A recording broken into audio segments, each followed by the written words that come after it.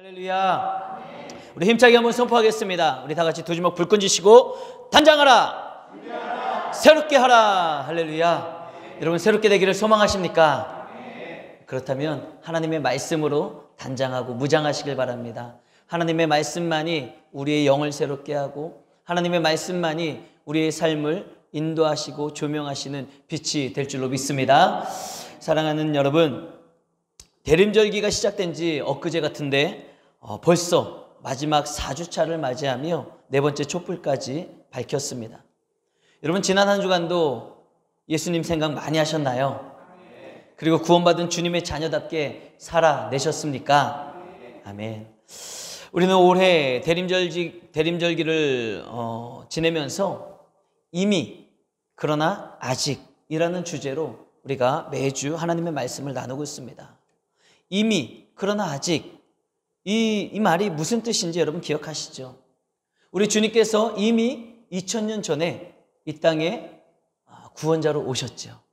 그리고 우리를 위해 십자가의 대속으로 우리를 하나님의 자녀로 삼아 주셨고 이제는 하나님 우편에 앉아 계시잖아요. 부활승천하셔서. 그 주님께서 아직 다시 오시지 않은 거예요. 이제는 심판자로 다시 오실 것인데 아직 다시 오시지 않았습니다. 그래서 우리는 이 사이의 시간을 살아가는 거예요. 구원자로 오셨던 예수 그리스도, 그분이 심판자로 다시 오실 그날을 바라보며 오늘을 어떻게 살아가는 거예요? 십자가의 은혜로 구원받은 하나님의 자녀답게 다시 오실 주님을 기다리며 살아가는 것이죠. 우리가 이 오늘, 이 사이의 시간을 살아가고 있는 것입니다. 그래서 우리의 삶 가운데는 날마다 마라나타, 주 예수여 오시옵소서, 다시 오실 주님을 바라보며 살아가는 것 아니겠습니까? 그래서 우리가 첫 번째 촛불, 저 진한 보라색 첫 번째 촛불을 점화하면서 바로 기다림과 소망의 의미를 가지고 살자 이야기를 했어요. 뭘 기다려요? 다시 오실 구원자 되실 예수 그리스도를, 심판자 되신 예수 그리스도를 기다리고, 그리고 우리가 영원한 천국, 하나님의 자녀로서 들어갈 그 영원한 천국을 소망하며 살자. 우리는 이 사이의 시간을 그 마음을 가지고 살아가는 겁니다. 그리고 두 번째 촛불, 회개와 평화의 촛불을 밝히면서 우리가 이 땅에서 사는 동안 하나님께서 가장 싫어하시는 죄, 그 죄를 멀리함으로 말미암아 하나님과 평화하고 이웃과 평화하며 살아가자. 그 이야기를 우리가 두 번째 주에 나눴고, 지난주에 우리 세 번째 주에는 뭘 나눴습니까? 저 분홍 색깔 사랑과 나눔의 촛불을 밝히면서 우리가 이 땅에서 사는 동안 하나님을 사랑하는 것, 가장 큰 계명이죠. 하나님을 사랑하고 두 번째 계명 뭐예요? 이웃을 사랑하라. 여러분 우리가 구원받은 하나님의 자녀로서 살아가는 삶의 모습이에요. 하나님을 사랑하고 이웃을 사랑하고. 사랑하는 성도 여러분, 우리는 반드시 다시 오실 주님을 믿고 살아야 될 줄로 믿습니다. 우리 주님은 반드시 다시 오실 줄로 믿습니다. 2000년 전에 이 땅에 처음 오실 때에는 우리 모두를 구원하시기 위해 구원자로 이 땅에 오셨지만 앞으로 다시 오실 주님은 어떤 자로 오신다고요? 심판자로 오신다는 것을 우리는 잊어서는 안 돼요. 우리 모두는 이 땅에서 살아가는 우리 모두는요, 최후의 심판자의 자리에 설 수 있다라는 것, 서야 된다라는 것, 그 심판의 최후의 자리를 피할 수 없다라는 것을 우리는 잊지 말아야 됩니다. 그러므로 심판자로 다시 오실 주님이 두렵지 않도록, 여러분 그 주님이 두려워서는 안 돼요. 우리 믿는 자들은 다시 오실 주님이 두려워서는 안 됩니다. 두렵지 않고 다시 올 주님이 무섭지 않고 그분 앞에 내가 오늘 당장 선다 할지라도, 언제든지 내가 그분 앞에 선다 할지라도 당당할 수 있도록 구원받은 자답게 죄를 멀리하고 하나님과 평화하고 이웃과 평화하며 하나님을 사랑하고 이웃을 사랑하고 영원한 천국을 소망하며 살아가는 저 여러분들이 모두가 되시기를 주님의 이름으로 축복합니다. 그 마음으로 살아가는 거예요. 그런데 죄인들은 무섭겠죠. 두렵겠죠. 심판자로 오실 주님 다시 오실 것이 두려운 거예요. 떨리는 거예요. 이러다 나 지옥 가면 어떻게 되나. 이제 오늘 대림절 마지막 네 번째 흰색 초를 밝히며 우리가 남은 한 주간을 어떻게 살아가고 남은 평생을 우리가 어떠한 모습으로 살아가야 될지 우리가 함께 말씀을 나누도록 하겠습니다. 대림절 네 번째 초, 흰색 초의 의미가 뭐였죠? 만남과 화해. 만남과 화해를 의미하는 초가 바로 저 흰색 초입니다. 우리 화면을 보시면서 다 같이 한번 읽어보겠습니다. 시작. 만남과 화해를 실천하며 삽시다. 아멘. 만남과 화해를 어떻게 해요? 실천하면서 사는 거예요. 여러분, 우리가 하나님의 말씀을 항상 들을 때마다 이걸 잊지 마셔야 되는 거예요. 하나님의 말씀을 그냥 듣고 흘려보내는 게 아니에요. 듣고 우리의 삶 가운데 적용이 있어야 됩니다. 적용, 실천. 하나님의 말씀을 들으면서 날마다 새로워지면서 거듭난 삶의 모습으로 삶의 실천이 적용이 있어야 된다는 거예요. 그래서 오늘 네 번째 초를 밝히면서 만남과 화해, 이것이 무엇인가 우리가 깨닫고 삶에 실천하고 적용하는 삶의 변화가 일어나야 되죠. 여러분, 예수님께서 이 땅에 오신 이유, 우리를 만나주신 이유가 무엇입니까? 죄인이었던 우리와 화해하시고 평화하시며 사랑하는 그 주님의 자녀로 삼아주시기 위해서 우리 주님께서 이 땅에 오셨고 우리를 만나주신 겁니다. 한마디로 말해서 관계의 회복을 위해서 주님은 이 땅에 오셨다는 거예요. 관계의 회복. 우리가 그 예수 그리스도의 십자가의 사랑, 그 은혜로 말미암아 누구와의 관계가 회복된 거예요? 하나님과의 관계가 회복된 거예요. 죄로 단절됐던 우리, 죄인이었던 우리가 예수님이 이 땅에 오시고 우리를 만나주시고 그 은혜로 말미암아 우리는 하나님과의 관계가 회복된 것입니다. 그래서 관계 회복을 의미하는 거예요. 관계 회복. 하나님은 죄로 멀어진 우리를 만나주시기 위해 여러분 먼저 인간이 지은 그 죄 문제를 해결하셔야 됐죠. 그 해결하시는 방법이 뭐예요? 하나님 자신이 육신이 되어 인간의 몸을 입고 이 땅에 오신 것입니다. 그리고 인간의 죄의 대가를 인간에게 묻지 않으셨어요. 대신 주님이 십자가에 달려 죽으심으로 말미암아 모든 죄의 문제를 해결해 주셨습니다. 할렐루야. 여러분, 이 과정을 살펴보면 하나님이 육신이 되어 이 땅에 오셨고 그분이 십자가를 지심으로 말미암아 우리의 모든 죄를 대속하셨다. 이 과정을 살펴보면 하나님께서 우리를 만나주시고 화해함으로써 우리와의 관계를 회복시키시기 위해서 너무나도 많은 희생을 하셨다는 거예요. 희생. 온 우주 만물의 창조자가 되시고 주인이 되시는 그 전지전능하신 하나님께서 그 모든 하늘의 영광을 다 내려놓으시고 이 땅으로 내려오신 것 아니겠습니까? 하나님께서 그 하늘의 영광을 다 내려놓고 이 땅에 오실 때는요, 신적 존재, 신, 여러분 모든 걸 할 수 있고 마음대로 할 수 있고 그걸 우리는 막 신이라고 그러잖아요. 하나님이 실제로 그런 존재 아니십니까? 그 신적 존재, 그리고 신적 능력, 모든 걸 할 수 있는 그 신적 능력, 그리고 그분이 가지고 계시는 권한, 창조주의 권한, 전지전능하신 하나님의 권한, 그리고 그분이 누릴 수 있는 그 모든 권리를 다 내려놓으신 것입니다. 여러분, 얼마나 많은 것을 우리 하나님께서 포기하셨냐 이거예요. 뿐만 아니라 하나님은 인간의 몸을 입고 이 땅에 오심으로써 우리의 인간의 눈높이를 맞춰주셨다는 거예요. 눈높이. 제가 자녀를 키우다 보니까요, 눈높이를 그 아이들에게 맞춰서 그 아이들과 대화하고 그 아이들과 소통함에 있어서 그 아이들의 이야기를 들어주고 그 아이들의 언어로 말하며 그 아이들의, 그 어린아이들의 사고방식, 그 사고를 이해해주고 그냥 포용해준다는 것이 때로는 얼마나 힘들고 어려운 일인지 몰라요. 예를 들면 막 아이들의 특징이 뭐예요? 자기 중심적으로 사고한다는, 자기 중심적으로 생각한다는 것 아니겠습니까? 그래서 예를 들면 우리 작은 아이가 막 얼굴이 막 시뻘개지면서 막 얼굴이 막 시뻘개지는 게 무슨 뜻이에요? 열받은 거죠. 열받은 거예요. 막 시뻘개지면서 자기 중심으로 자기 입장에서 막 말할 때가 있어요. 막 자기 나름대로는 화가 난 거죠. 그러니까 얼굴이 시뻘개지면 막 자기 중심에서 자기 이야기를 막 해요. 자기 입장에서.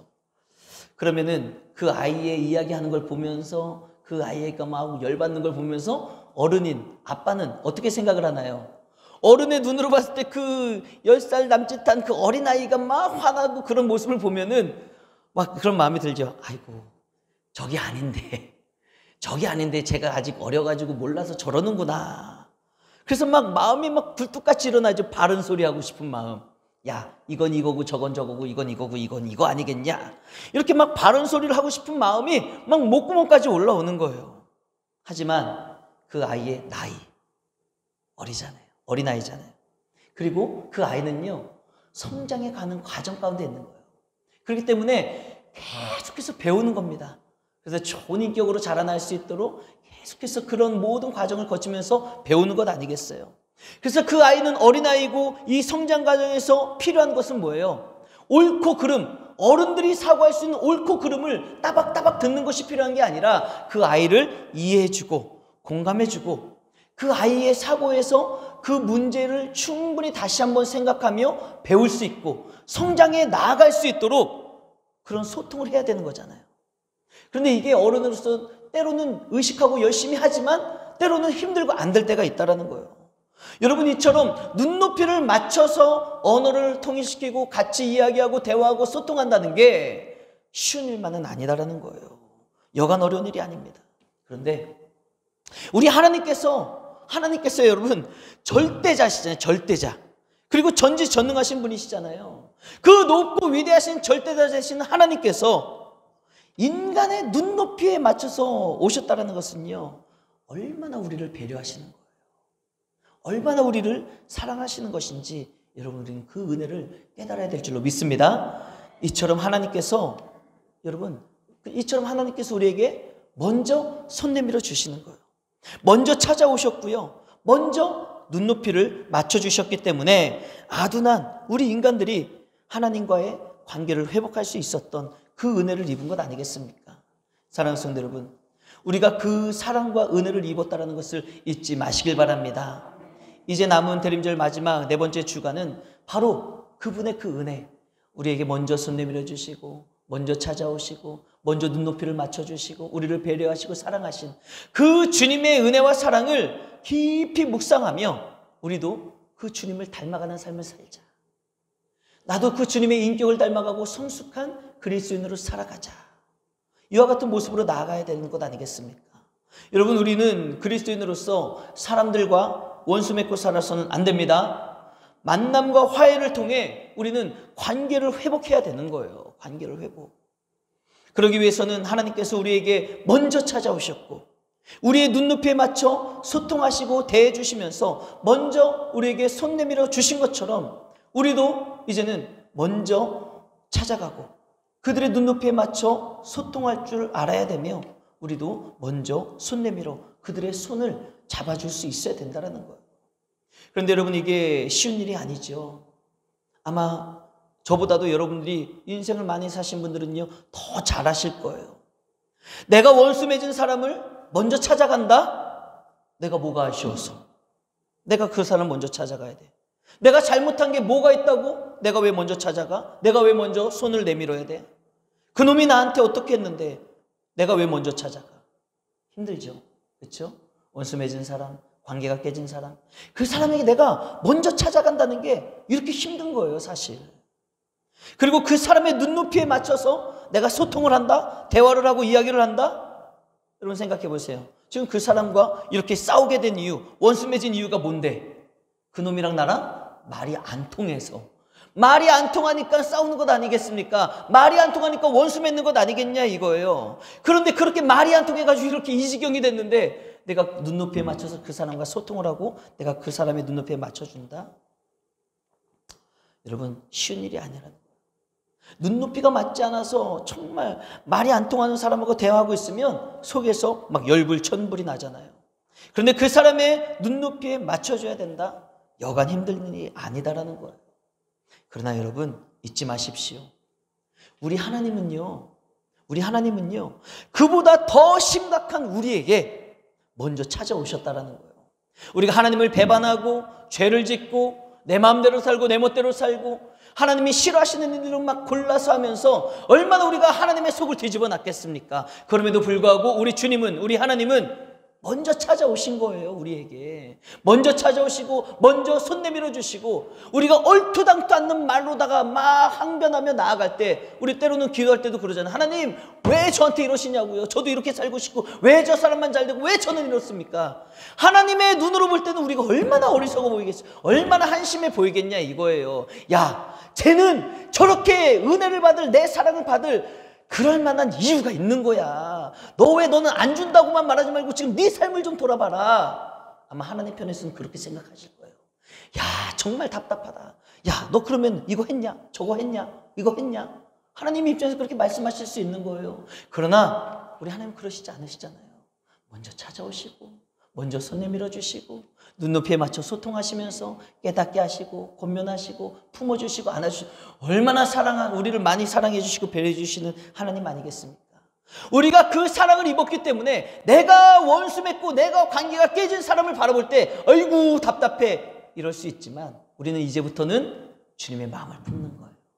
하나님의 마음을 품고 내가 먼저 찾아가고 내가 먼저 손 내밀고, 정말 내가 이해하지 못했던 부분, 한심하게 여겼던 부분, 이제는 눈높이를 맞춰서 내 눈높이를 낮추고 그 사람의 눈높이에 맞춰서 대해주고 이해해주고 품어주고 포용해주고, 그러므로 말미암아 예수님의 십자가의 은혜로, 그 사랑으로, 그 배려로 우리가 하나님과의 관계가 회복된 것처럼, 우리가 그 주님을 닮아가는 마음으로, 모습으로 살아감으로써 우리는 모든 원수 맺은 자들과 깨진 관계에 있는 자들과 우리는 회복의 은혜를 누려야 될 줄로 믿습니다.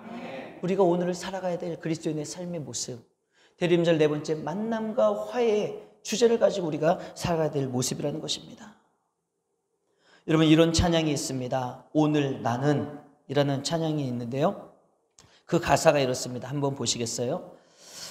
내가 먼저 손 내밀지 못하고, 내가 먼저 용서하지 못하고, 내가 먼저 웃음 주지 못하고 이렇게 머뭇거리고 있네.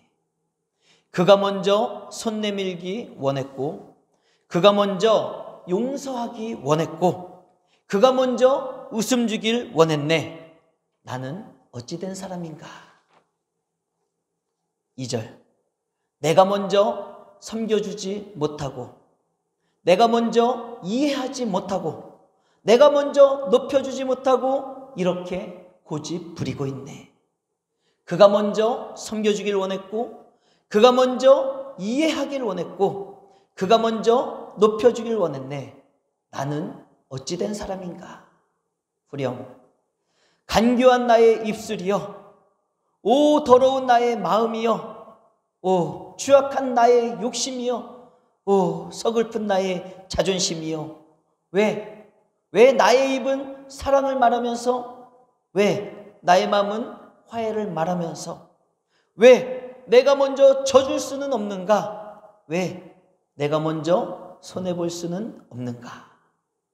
여러분, 이 찬양의 가사가 여러분들의 마음에 와 닿으십니까? 찔림이 있으십니까? 오늘 우리의 모습이 이렇다는 거예요. 우리의 삶의 모습. 입으로는 사랑을 말해요. 마음으로는 화해해야지 마음을 갖습니다. 그러나 실제 상황 속에서는 어때요? 내가 먼저 져주지 못하고, 내가 먼저 손해보지 못하고, 내가 먼저 이해하지 못하고 있다는 것 아니겠습니까? 하나님의 말씀을 들으면서 막 깨닫기는 해요. 그래, 내가 어떻게 살아야 될지는 알아요. 내가 구원받은 하나님의 자녀답게 사는 것이 어떤 모습인지 압니다. 내가 먼저 다가가야지, 내가 먼저 손 내밀어야지, 내가 먼저 용서해야지, 내가 먼저 눈높이를 맞춰야지. 그러나 현실에서는 내가 먼저 손 내밀지 못한다는 거예요. 내가 먼저 용서하지 못한다는 거예요. 그래서 머뭇거리고 있는 거, 머뭇. 아직도 자존심이 죽지 못했는지. 이 찬양의 가사를 보면 얼마나 직설적입니까? 그죠? 굉장히 직설적이에요. 그러면서 중간에 이런 가사가 있잖아요. 나는 어찌된 사람인가? 아, 도대체 나는 어떤 놈이길래 내가 하나님의 말씀을 들으면서도 내가 먼저 나가지 못하고, 내가 먼저 손 내밀지 못하고, 그가 먼저 용서하기를 원하고 그가 먼저 하기를 원하는 삶을 살아가고 있을까? 왜 이렇게 나는 고집을 부리고 있을까? 왜 이렇게 머뭇거리고 있을까? 도대체 나는 어떤 사람인가? 사랑하는 성도 여러분,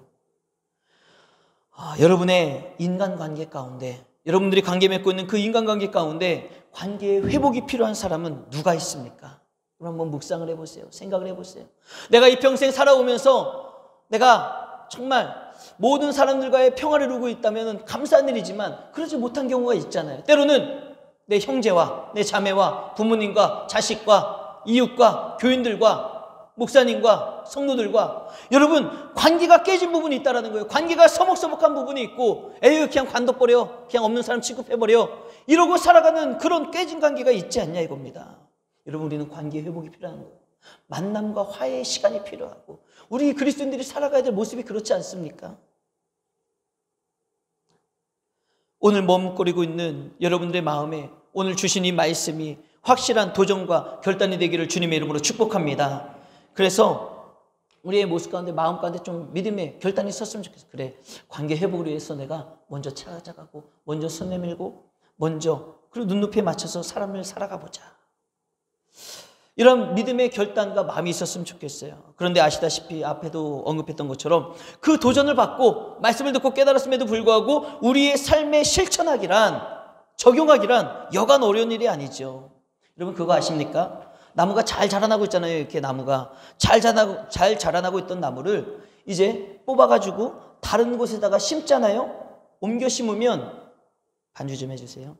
옮겨 심으면 그 나무가 그 땅에 다시 뿌리를 내리고 든든하게 서는 데는요, 무려 4배의 힘이 필요하대요. 4배의 힘. 잘 자라나고 있던 나무를 옮겨 심어서 새로운 환경에서 뿌리를 내리려면 몇 배의 힘이 필요하다고요? 4배의 힘이 필요하다는 거예요. 마찬가지로 우리가 깨지거나 그 엉클어진 관계를 풀어나가고 새롭게 그 관계를 회복하기 위해서는요, 우리 안에 상처 입은 마음, 서운한 마음, 자존심 상했던 것들의 모든 것들을 가지치게 하고 관계 회복을 위해서 우리가 새로운 마음의 뿌리를 옮겨서 새롭게 시작해야 됩니다. 그러려면 4배의 힘이 더 필요한 거예요. 4배의 힘. 그러나 여러분 걱정하지 마십시오. 이 나무가요, 새로운 환경에서 뿌리를 내리는데 4배의 힘이 필요하다 할지라도 그 나무는요, 수액 한 방만 맞아도요, 거뜬하게 힘을 내서 뿌리를 내릴 수 있다고 합니다. 여러분 우리도 마찬가지예요. 우리도 결단하는 거예요. 하나님의 말씀을 들었으니 결단을 하고 그래 내가 결단하고 나아가자. 삶에 실천하자. 만남과 화해의 삶을 이루며 나아가자. 이와 같은 믿음의 결단을 가지잖아요. 그러면 우리에게 힘이 되고 능력이 되는 은혜가 있게 될 줄로 믿습니다. 그게 하나님의 말씀일 수도 있어요.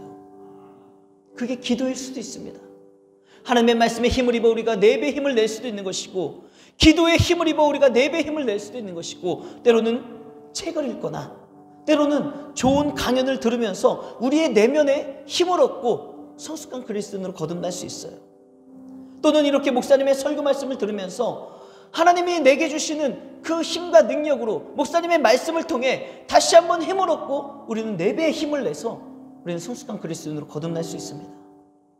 그리고 오늘 지금 반주를 하고 있는 이 찬양, 앞서 전에 보여드렸던 이 찬양의 가사, 우리가 오늘 나는이라는 이 찬양을 우리가 함께 부르기를 원하는데요, 우리가 찬양을 부르면서 다시 한번 힘을 얻고 찬양을 부르면서 다시 한번 결단하며 우리가 뿌리를 내릴 수 있는 힘과 능력을 얻을 수가 있다는 것입니다.